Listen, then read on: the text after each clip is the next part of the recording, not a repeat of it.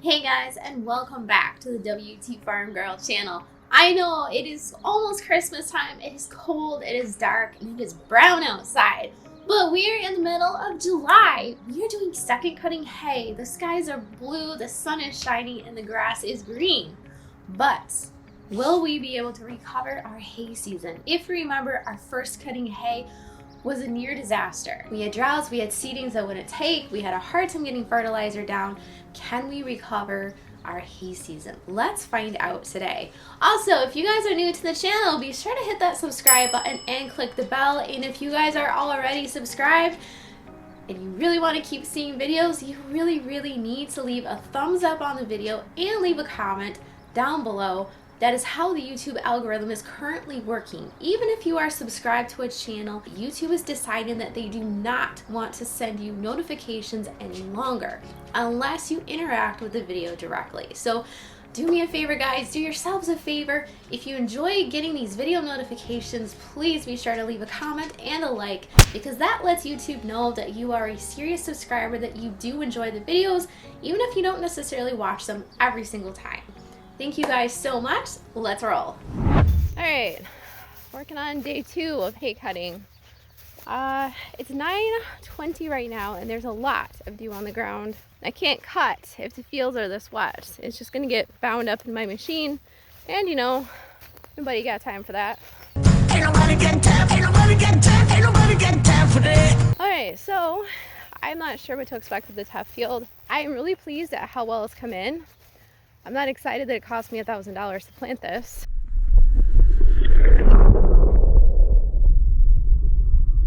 And welcome to the tough field and my manure pile. Just to do a quick run over of the field here, we've got an area right by the manure pile that's super lush and super thick. Yes, it was planted 50 pounds per acre, but all of the runoff from the manure is supercharging this grass, and it is already waist high. That's crazy. None of this is even headed out yet, but look how thick this stuff is. Now, if we go further down, in this area, you can see exactly where the runoff stops. It's all planted 50 pounds per acre through here, but it's a major change between that receives the runoff from the manure and this area right here, which has not had anything whatsoever, just general fertilizer. And you can see we've got some heads starting to pop out over here. We really want to watch that. If too many heads start popping out on the tuff, the quality and the quantity will drop drastically. This area is all 50 pounds per acre. This was one variety of grass I bought online. The stuff out in the center was stuff I bought from the feed mill, and it's planted more like 12 pounds per acre. So it is thinner, but what's more concerning is there are heads starting to pop out everywhere on this grass. That's crazy, the difference between the two varieties. They both got fertilized equally. But this is just, it's not as tall and it's not doing as well as the other variety. And lastly, the area right in the center, that's a good 2 weeks behind everything else. It's just a victim of trying to get the field planted thoroughly, and had to do it probably 3 different times. Man, there's no way I'd ever be able to tell the spread on this thing. I can't tell how far it's spreading.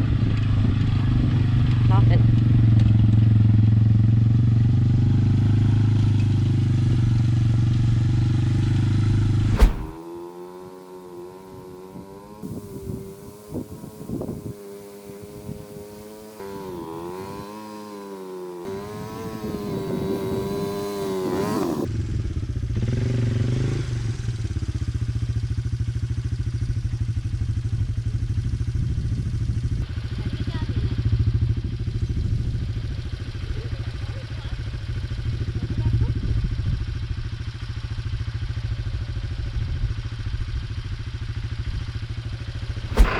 So as you guys know, if you've watched the channel at all, you know what a struggle it is to connect the PTO onto the tractor. Some PTOs, such as the tedder right here, are very light and easy to maneuver. I mean, I could probably pull that tedder around just walking with it. Other PTOs, like the hay cutter and the baler, and let's not forget the dreaded post hole digger, those are a pain in the butt to connect. A lot of you guys have told me that there's this device called a PTO link that allows you to connect it a lot easier. So they heard about it too, and our good friend over at Stony Ridge Farmer hooked us up. So we have a PTO link to try out, guys. So definitely head over to Stony Ridge Farmer, give him a big thank you. He knows what a struggle it is, and especially when you have small hands like me, it's a real trick to try to get these things sometimes. So this will hopefully be a really nice time-saving device. So let's check it out. All right, so with the PTO link, you've got two pieces. You've got your female piece. This is gonna attach onto your tractor. It's pretty much gonna stay on the tractor. This is your male piece. This is gonna connect onto any implement you have. Now this particular one is brand new. It is rated for tractors up to, I believe, 120 horsepower. I believe that's the top it's at now. So this will definitely work for ours, which is 115 horsepower. So it's just like this. You just put them together and then you lock it. It's as easy as that. So let's give it a try. So the first thing you're gonna wanna do is you're gonna wanna make sure that your PTO shaft is not too long. These things do add about 6 combined inches of length to your PTO shaft. So you may need to do a little bit of cutting on your PTO shaft to make sure that it's not going to be too long for your tractor and cause damage. I know it sounds scary, but we actually had to cut down the PTO off from our wood chipper because it actually was too long when we raised it up on our tractor. I haven't tested it yet on the TYM, so hopefully it'll fit that okay. But for things like this, we're going to give it a shot. So you're going to take this. Check out how easy this is.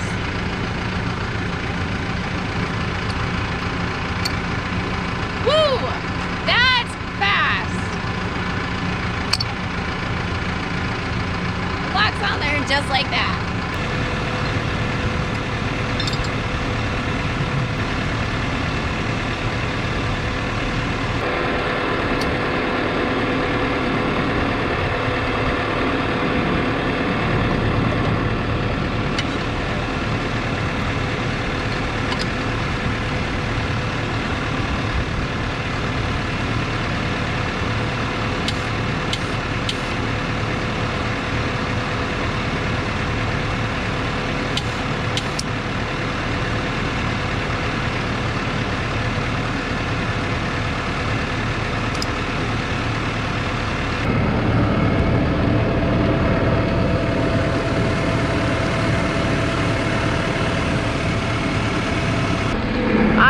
Let's get cutting. All right, so here's some hay that I cut yesterday morning.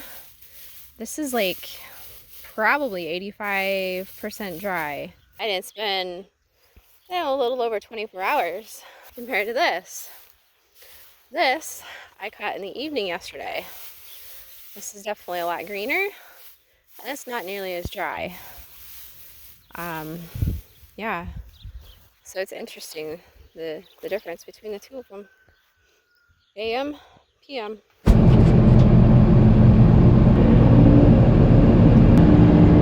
Actually, this area, my goodness, this area is looking really good right now.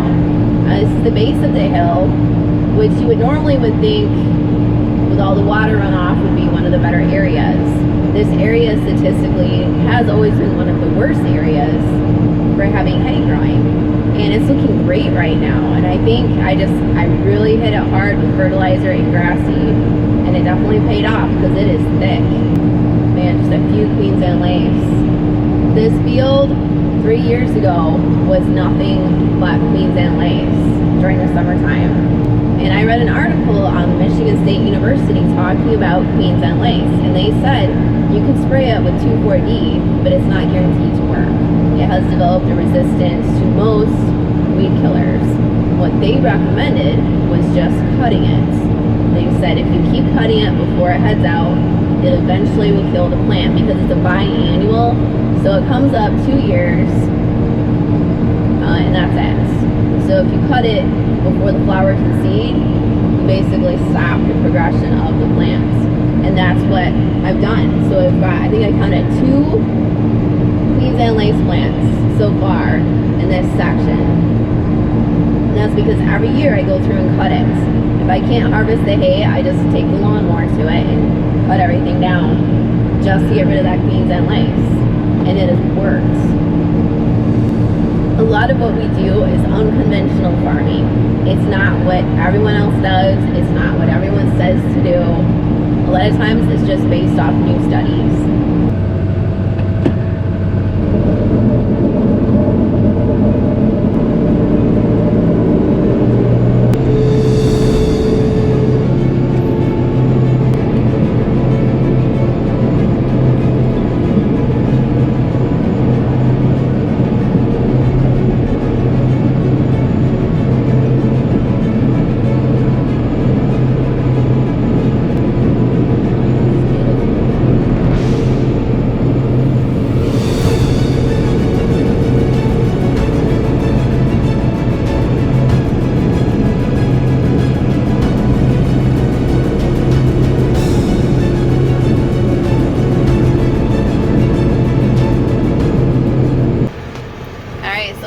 Funny, you see this whole line of grass right there? That was all stuff that got dumped from the cedar. So that right there is the difference in the grass. This is stuff that got seeded this spring, and this is all the other stuff. The cedar was just a nightmare, but look how long that stuff is. That is some good grass. Look at that. That's nice. Alright, I'm on my last little tiny triangle of hay. It's taken about an hour and a half.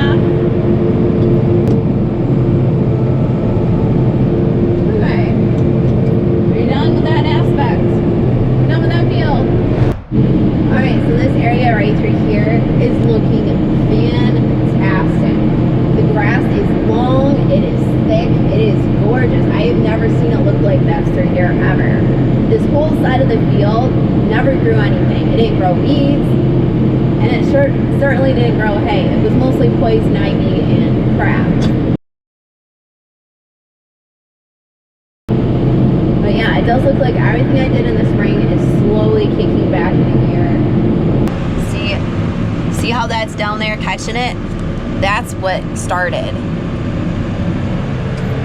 And look how thick this is. Yeah, there's weeds in there, but it is so thick. The side of this hill used to be like nothing. All those areas that are really, really thick right through there, I sprinkled seed by hand. I just dumped it on there because there was nothing growing there. No weeds, nothing. It was just barren. And now look at it. All right, so this is where I started dipping down and grabbing the grass. And you can see my clump up there. I gotta watch that guy, make sure he doesn't do it again. So there's nothing like having to stop in the middle of a hill, right? Gosh, he is doing it again. Look at that thing. You son of a gun. Are you gonna get out too? Easy, girl, easy. I'm not excited about her jumping either, but she's got a mind of her own. All right, so it drug this whole thing up here. Look at it. This is not gonna be fun. I texted Eric and told him come out here and please spread it for me. Cause that's a long ways. Man, this stuff's never gonna dry if it doesn't get spread back out. See, I tried throwing some of it down here. I actually couldn't even move the machine. I had to lift it up and then go over it. But yeah, this is like a lot of grass right there. Look at how tall this stuff is. This is just crazy. I've never had second cutting this long. And this is only part of it. The rest of it's still on the ground. All right, well, let's go fix our cutter thing. And there goes the dog. Popper, where you going? Come on. She listens good, at least with this. All right. I don't even know what to do about this thing. What am I gonna do? I set it like this, but it just turned itself again. It doesn't stay put, so man. All right, well, let's try it again, I guess. You ready to get in there?